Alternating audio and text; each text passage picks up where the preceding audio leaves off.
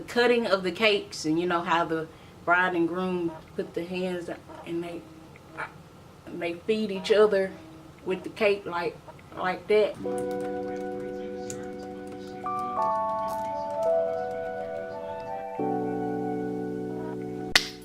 What's up, everybody? What's happening? Welcome to episode 10. That TV is really distracting. Alright, welcome to episode 10, season 2. Stop right now if you haven't subscribed to this channel and press the subscribe button. You know where it's at. It's right up under there. I know y'all haven't seen me for like a few days. I've been slacking. I just needed a moment to recuperate after the previous vlog, but I'm glad everything was, you know, resolved in that vlog and taken care of, and stuff is back working, and you know that's never gonna happen again. You know, if I didn't tell you before, that will never happen again. Do I need to back up a little?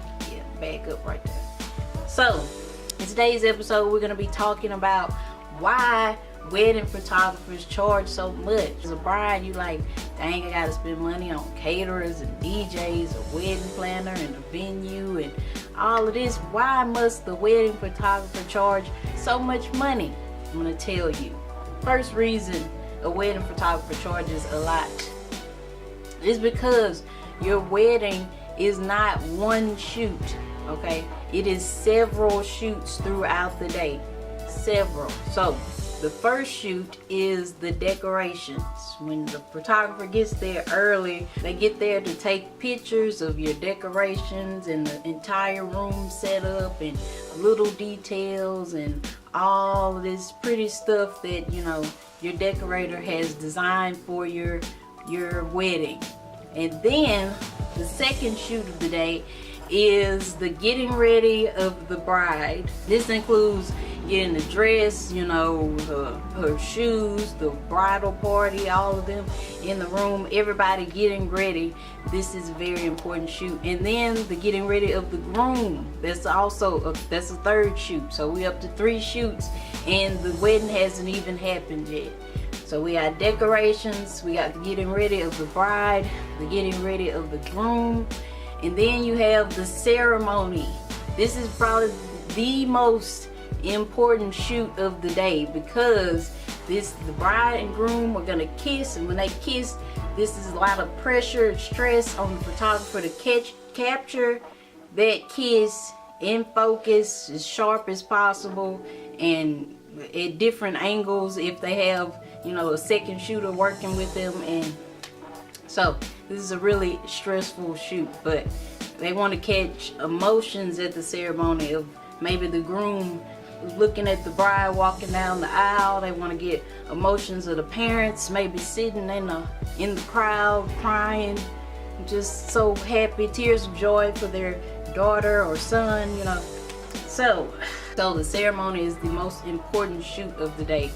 After the ceremony, wait, let me stop, because there's also what they call a first look session where the groom sees the bride for the first time, and this is typically done before the wedding. Some couples don't choose to do this if they're more traditional and they want to not see each other before the wedding, but this can also be done after the wedding, where it's just a getaway for the bride and the groom to take pictures by themselves and, you know, enjoy each other's company and all of that. So that is shoot number 4, first look session. Then we come to shoot number 5, probably the most acrimonious shoot of the day will be when you're trying to get wedding party pictures of everybody, and you've got numerous breakdowns from the whole wedding party coming together and getting in the shoot, and then you go to the bride and her bridesmaids, and then the bride and her maid of honor, the bride and the miniature bride, and then you got the groom and the groomsman, the groom and the best man, the groom and the ring bearer, the groom and the miniature groom, and then you got the miniature groom and the miniature bride and the groom together. You got the ring bearers and it's a lot. So many different breakdowns of what you have to do, and then people are wandering off. They want to go grab a drink or something, they just want to sit down and talk to the rest of the guests, you gotta call them back, say, hey Bobby, we still taking pictures. The wedding party is always a hassle to get, and then you're trying to get it done quickly so they can go eat and be at the reception with the rest of the guests. So that's really stressful. So what is that, number 5? Then shoot, number 6 is the actual reception.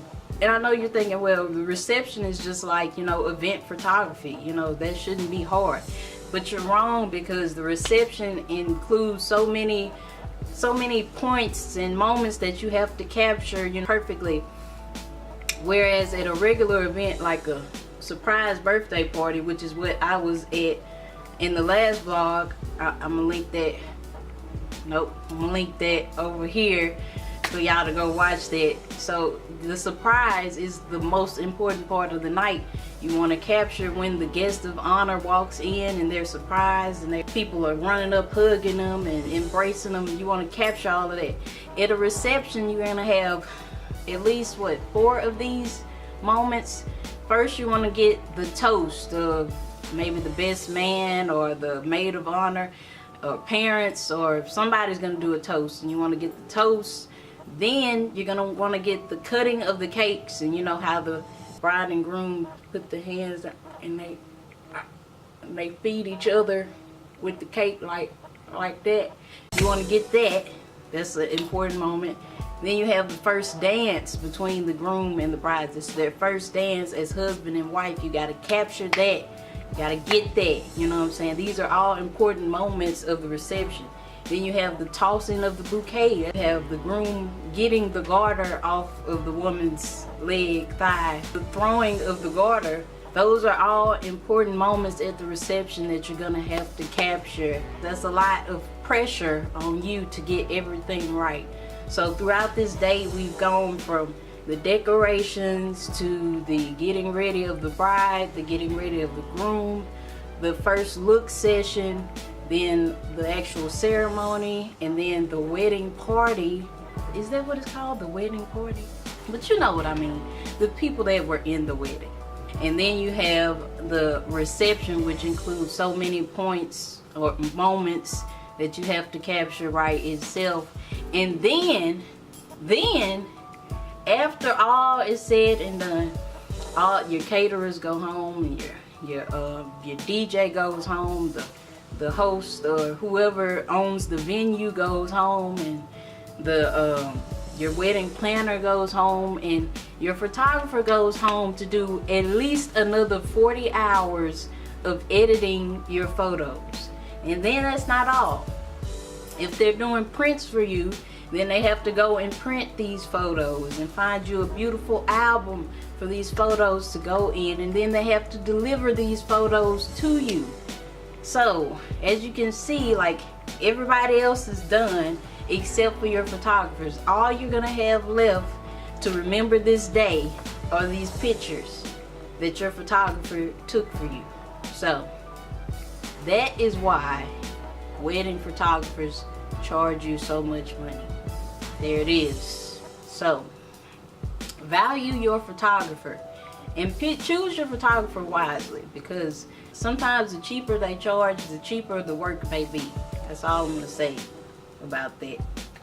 Photography is important, and it is a very stressful and long job if you're a wedding photographer. Value your photographer.